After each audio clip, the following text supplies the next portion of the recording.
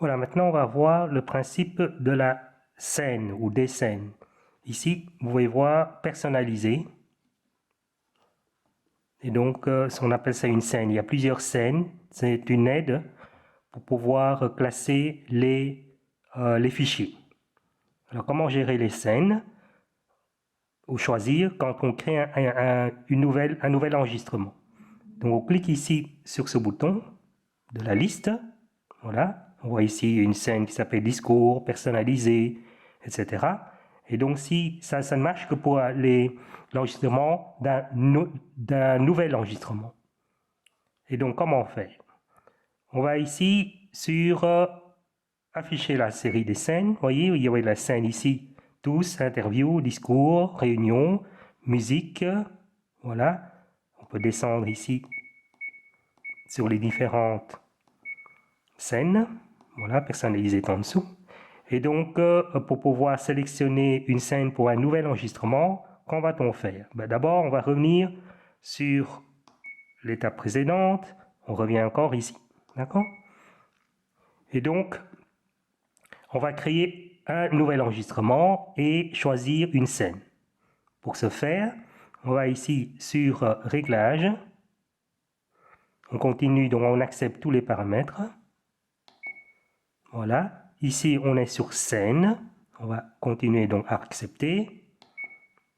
Et là, on choisit la scène que l'on veut, le nom de scène que l'on veut avoir. Par exemple, ici, Remarque. On appuie sur OK. Voilà. Donc ici, c'est indiqué Scène Remarque. Voilà. Et maintenant, quand on va créer un nouvel enregistrement, il va tenir compte de cette scène. Donc on ne peut pas modifier le nom de la scène pour un enregistrement qui a existé, mais seulement pour un nouvel enregistrement. Ça, c'est un peu particulier. Donc maintenant, on va revenir sur la liste. On va ici créer un nouvel enregistrement. Et lors de la création, c'est là seulement qu'il va indiquer le nom de la scène. Remarque ici qu'on avait sélectionné tout à l'heure. Et donc là, on peut commencer à enregistrer. Stopper. Le nouvel enregistrement est donc stocké sous la scène Remarque. On peut revenir encore d'un cran ici au-dessus et on voit bien que ce fichier a comme scène Remarque.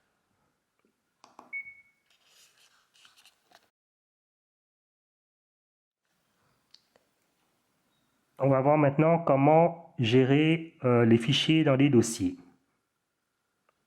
Alors ici, on voit l'enregistrement courant. On revient sur la liste.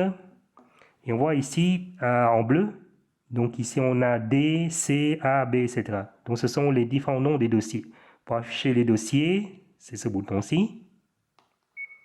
Voilà, donc on a ici tous les dossiers qui sont affichés, mais on peut sélectionner le dossier A, B, C ou D.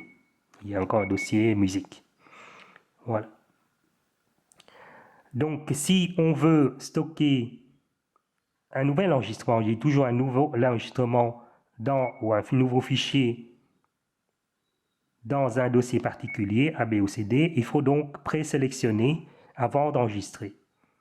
Donc comment on fait? On va ici sur l'enregistrement courant et on va créer un nouveau. Mais avant de créer un nouveau, il faut désigner, c'est ça, il faut désigner parce qu'on ne peut pas modifier après coup, le dossier dans lequel cet enregistrement va être stocké. Donc ici, on va aller sur paramétrage.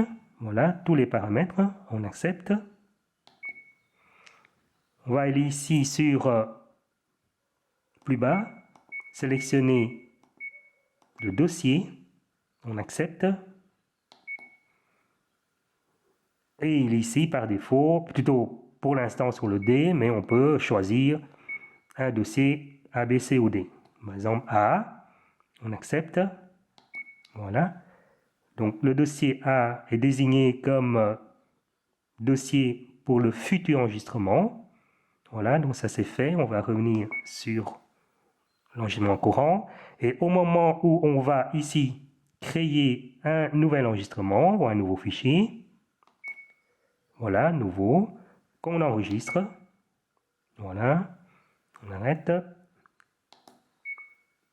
Eh bien, ce nouveau fichier, comme on a choisi le dossier donc A, va être stocké, donc ce nouveau fichier va être stocké dans le dossier A. Comment vérifier? On revient ici sur la liste et on voit bien que ce nouveau fichier, qui est donc aussi de la liste, ici, est bien stocké dans le dossier A.